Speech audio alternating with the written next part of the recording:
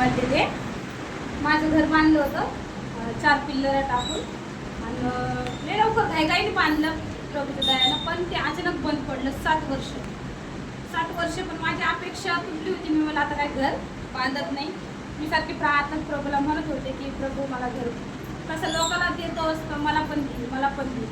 ताई मी वर्ष अशी प्रार्थना करून भीतीला हात लावून प्रार्थना करतो. मी जायचे रात्रीचे 2-2:30 वाजता उठायचे आणि प्रभूला मागायची, भीतीला हात ठेवायचे, रडायचे म्हणजे प्रभू मला पण घर दिना, मला पण घर गळतंय आणि लय गळायचं सारखं. माझं मोठं पोरगं मी झोपत नव्हतं. आम्हाला ती फिकरच पडायची की बाबा आता पाऊस आला, आता उठणार माझे लेकरू इकडं तिकडं लावायचं. मी रडायचे म्हणजे अपेक्षेच्या पलीकडे माझ्या स्वप्नात पण विचार केला होता की मला सलाप होईल. मी इतकी प्रार्थना केली पण प्रभूने अचानकच असं काम केलं की मला एक सलाप म्हणते. मी एकच सलाप मागितला होता तर प्रभूने मला 2 दिले. देवाच्या नावाला लाखो करोड कोटी मी धन्यवाद देते. प्रभूने मला दुसरा बी सलाप उद्या टाकायला दिला. देवाच्या नावाला धन्यवाद देते. पोरांसाठी प्रभू काय करू तर मी बुधवारचा उपवास पोरांसाठी धरला. पहिला प्रभू मी काय करू शकत नाही, ती प्रार्थना तर करू शकते पण मला तेवढं येते तेवढं मी उपवास माझ्या पोरांसाठी करेन.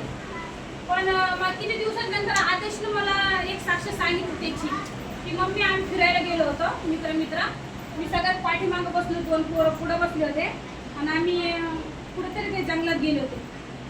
एक झोपडी होती म्हणजे मम्मी पण काम आहे त्या झोपडीपाशी मला असं जाऊ वाटायला नव्हतं. मी पोरांना काय म्हणलं झोपडीपाशी नका बसू दे, आपण तिकडे जाऊन बसू.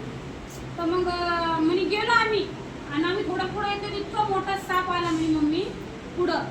पण ते आम्ही ते काही नाही केलं, शुरक्त जे म्हणलं पुढं गेलो. म्हणजे पोरं 2 बसली म्हणे, मी ते त्यांचे पेट खात बसले म्हणे, मी बाजूला होतो आणि नंतर म्हणे पलटलो म्हणे आम्ही पलटलो पण तिथून आम्हाला ती दिसली म्हणे झोपडी. आम्ही पुढं गेलो, झोपडी दिसली आणि परत पुढं आलो म्हणे थोडंसं तर आम्हाला झाड पडलेलं दिसलं.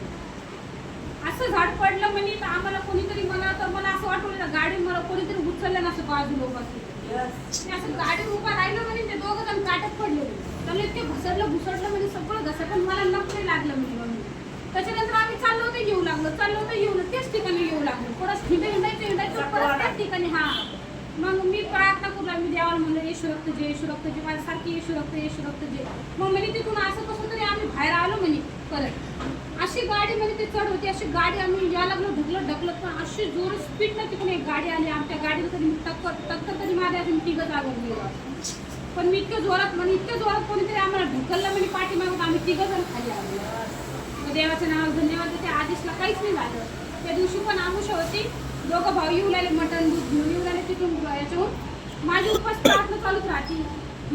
मी याच्यासाठी साक्ष सांगायला की तुम्ही पण लेकरासाठी उपवास प्रार्थना करायचं. कारण की मी माझ्या अनुभवातून ओळखलं प्रभू कसा आहे परमेश्वर. तसं मी माझी साक्ष तुम्हाला सांगितले. एक माणूस आला आणि ते का म्हणजे अचानक चालले ते 2 भाऊ. माणूस पाठीमागून आला म्हणे खेड्याच्या लोकांना भेजावू नका म्हणून आदेशनं असं पाहिलं तर गाडी त्याची एकदम खड्ड्यात चालली. तर आदेशनं असं पातळीत असं केलं म्हणे हँडल. मम्मी म्हणे मी असं हँडल केलं म्हणे येशू रक्त जे म्हणते. घरा लोक मला काहीच नाही झालं. देवाच्या नावाला धन्यवाद देते की आदेशला भैयूला काहीच होऊन नाही दिलं.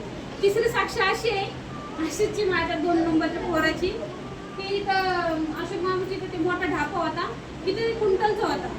माझा आशिष शुभ होता, ढापावरती होता. तर त्या ढापाचा एक खडा आशिष इथं पडला.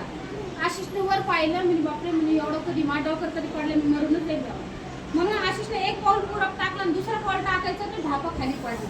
देवाचं नाव धन्यवाद देते. आशिषने त्याच्यातून प्रभूने वाचले. माझ्या 3 बाळाला प्रभूजी दाखवते मला की तू भिवू नको, माझे देवदूत त्याच्या संग.